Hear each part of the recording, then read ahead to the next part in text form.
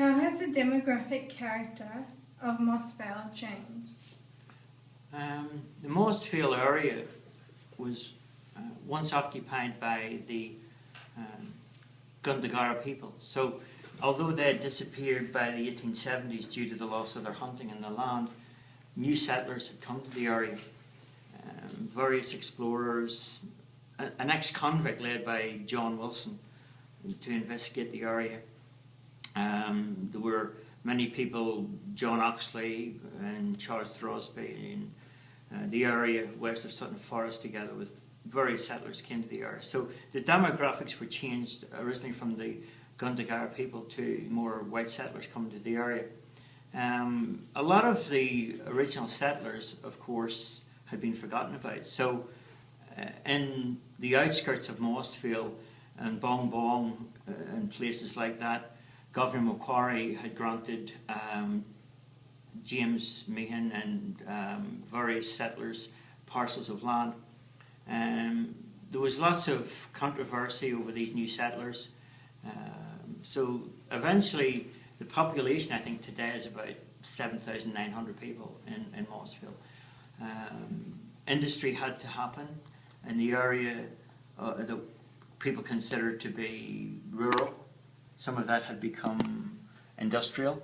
A lot of the areas that were residential then were extended.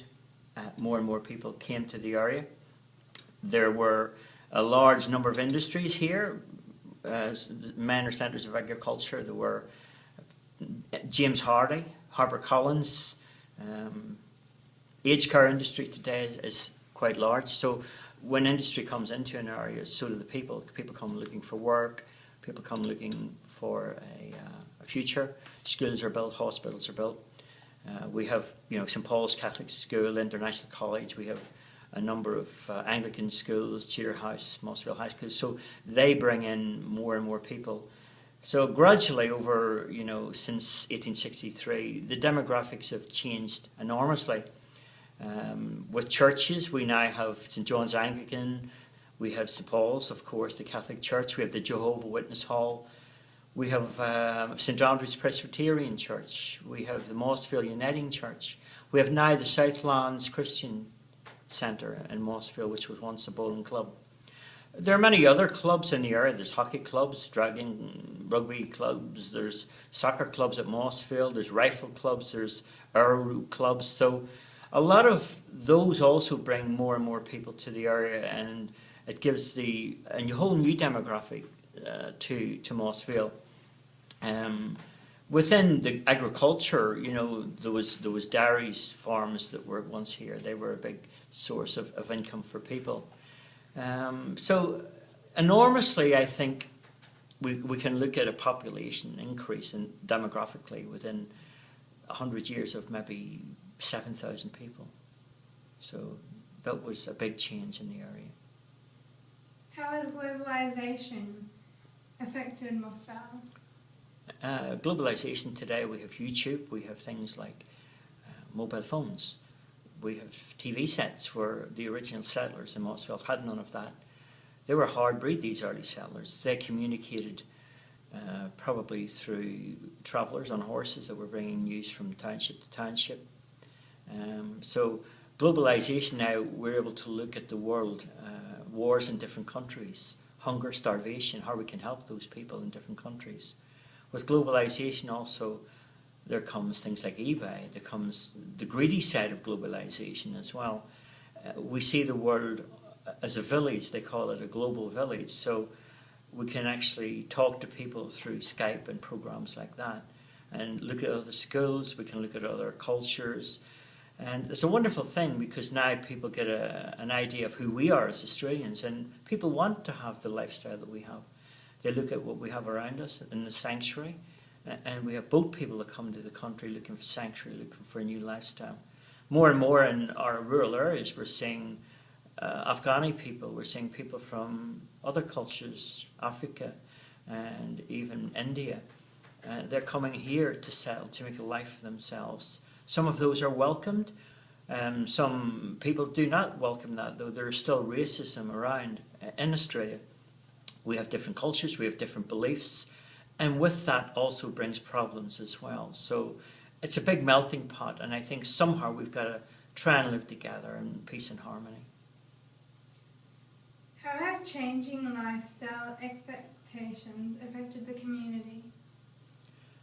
Expectations of what once was has changed dramatically. I think you cannot expect anymore to have a trouble-free rural township. More and more we're seeing crime escalating, break-ins, we're seeing guns on the street.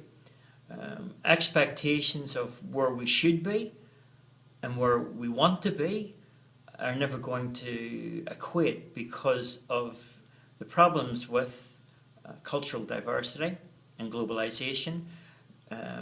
Corporations want to come and they want to take everything they can from our rural townships and from our agricultural networks around the areas that we live. They want to put in larger shopping centres, which create problems for their roads. They want to create new buildings. They want to create dig things out of the ground. They want to never replace. They want to chop down and they want to pillage. But that changes the area that we live in, and with that also there's the dumping of rubbish and industry and residential. That's become a problem for all of the environment. So expectations we need to constantly readdress and maybe put a plan ahead where we expect we want to be and where who we should be as a nation of Australians and New Australians trying to live together in these areas, these rural areas like Mossville. How has resource depletion affected Mossville? The resource depletion, well, we look at what used to be resources in the area.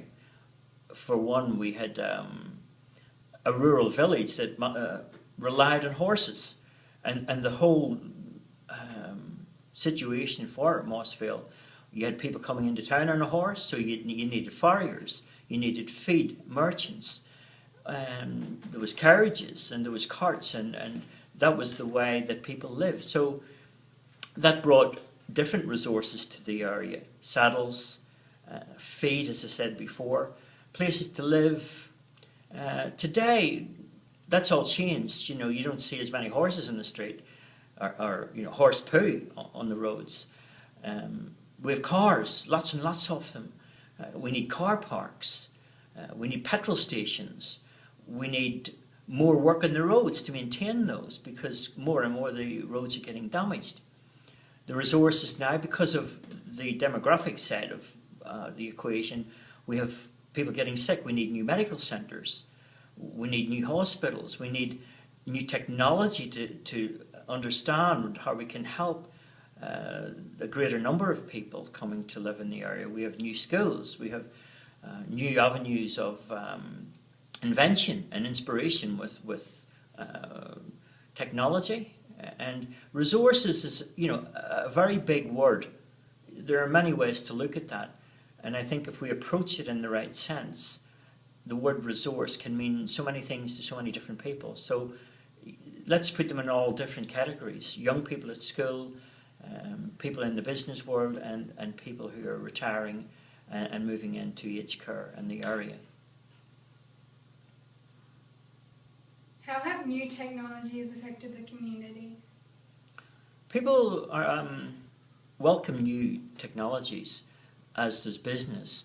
I think the schools as well are well ahead with educating students on new technologies. There are ways to live a better lifestyle. We can have better homes, better heating, better food. All of these have been looked at over the past 100 years since the first establishment of new roads and new buildings. So every new generation is always looking at technology in smaller ways and bigger ways. You might get one person looking at the moon one night, and you might get, a few hundred years later, a rocket ship going to look at the moon. I think with new technology, it's in the hands of man. It can be dangerous or it can benefit. We can build an atom bomb or a nuclear bomb, or we can build nuclear medicine and a better hospital. So provided that the new technology is driven by people with responsible attitudes, I think we're in safe hands with technology. What would you say are the new technologies in Mossville at the moment? With the new technologies in industry, we have new shops opening up with the ability to print large posters and laminate those. Many years ago, when architects were planning developments for townships or buildings, it was very hard for them to get copies done of their work. And now with these new technologies in the air, architects can come and get scans done and get all their posters reprinted and make changes gradually. You know, things in education as well with computers, and also in business you have the ability to communicate globally and find out what other people are doing and thinking within seconds, and you can share ideas. You can get a better concept of who you are, looking at a broader aspect of new technology. You measure yourself by, you know, the stronger technologies around you, and you try to come up to that level where you're on a level platform with other countries. So in the area we do have technology in Mossville TAFE, people learning new skills. We have in the agricultural areas, we have new technology that is feeding the plants through irrigation systems. We have some farmers are using different technologies with feeding, with steroids even, with their plants. We have MSG, we have people looking at, you know, technologies in food. Some people don't appreciate that, and there are other people who do appreciate that. I think we've got to try everything once, and if it doesn't work, okay, let's look at something else. But we can't become driven by technology. Once again, if it's in the right hands, we're heading in the right direction. Has recognition of native title affected the community? Recognition of title and the native aspect, was that the question? Has recognition of native title Yes. affected Mossville? I think we need to do that. The Gundagara people who lived here, they were the original people. We're the tourists, let's get that straight. We don't own the land. No one owns the land. And as we move into these areas of native title, we must always honour those people who were here long before we came. We did move in, and we did give them things that were not their culture. And I guess we, in our own sense, thought, you know, we could make changes, and that is a good word. And we brought change to what they had, how they lived their life. Whether you agree or not, were we right in doing so or not? I think the Gundagara people who were here would say, no, we don't like the change that you brought. We would rather have life the way we had it. So in that aspect, if you get the image of the people whose heritage and lifestyle we stole and took, have we addressed that? I don't think so. And I think we need to more and more look at giving that native title back to those people in small ways and big ways, and recognise who they were. How have levels of government, such as local, state and federal, contributed to change in this community of Mossville? Well, you can look around at some of the nursing homes, the aged care nursing homes. Mossville has a big place called Harbison Care. Most of that, they're funded by the government. So you get the state government that give the funding through the budget, and that goes right down to the local level, where the money from local level then is put into places like aged care. For instance, community care. There are people in Mossville who are old and they need assistance every day with activities for daily living, with showering, with food, with shopping, with transporting to hospitals. Now all that is funded by the government under, there's also the intellectually disabled people and the physically disabled people who receive money from the government through ADAC and different sources, where those people can have assistance in their life. They can have transportation, they can have a place where they can work during the day, which gives them dignity and who they are as people. And older folk, once again, who need funding to stay at home, they have the positive ageing process that the government are introducing, and all of the monies that aged care packages are providing to local people. It's a very necessary step right from the state and federal levels to the local government levels. We also look at things like the swimming pool that is being built in Mossville, that has been on the local government level discussion groups for about 12 months, and there's been lots of new developments put in place through the council. Some are accepted and some are not.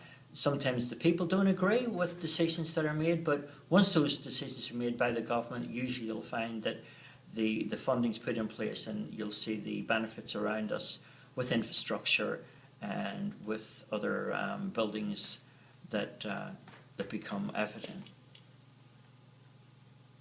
What are the positive impacts of changes in Mossville? I think the more positive we are about where we're headed, we're seeing change, safer traffic lights, safer roads. We're seeing better schooling, better infrastructures within the schools. We're seeing new areas of sport. Playing fields are upgraded, and we're seeing new medical centres, improvements in hospitals. So all that is what we're starting to appreciate more and more. Where, when the first township established itself in 1863, you wouldn't have had a doctor. You wouldn't have had anywhere to go if you were sick. So gradually, if you get a measure of, or on a timeline of where we were, 150 years ago to where we are today, you can get some kind of image of the immensity of the change that we have around us. What are the negative impacts of changes within Mossville? One of the negative things that we're seeing today is the amount of crime that is growing in our society. And I can't put a solution there, but there are people who don't want to work for a living, for instance, and they would rather break into your home. There are people who manufacture narcotics to make money quickly, to become millionaires before they're 21. We see crime escalating more than ever. I think the want to succeed, the want to have a big house, the want to have a comfortable lifestyle, that's not a good thing. That's very negative. And there are more guns on the street today than ever before. I think Mossville has one of the highest number of registered gun holders in the country. So that is a negative and a very worrying aspect of the society that we're living in. And lastly, what is your favourite change of Mossville? I like to see the colours that have been introduced to our gardens. Like one of the heritage gardens, Lighton Gardens in Mossville, are really making the town something to be proud of. In the springtime, we have thousands and thousands of tourists coming on buses to have a look at our wonderful gardens in the area. And that doesn't happen overnight. There are many, many hard years of working and putting in place something pretty, something worthwhile that people can come from outside and see life in a global aspect in a rural town. Because we are a smart society and we are putting things together in Mossville that we should be proud of. And we're getting lots of tourists coming here to look at our hospitality, our hotels, our motels, our gardens, and just our kind of laid-back lifestyle that we have. I'm proud of that.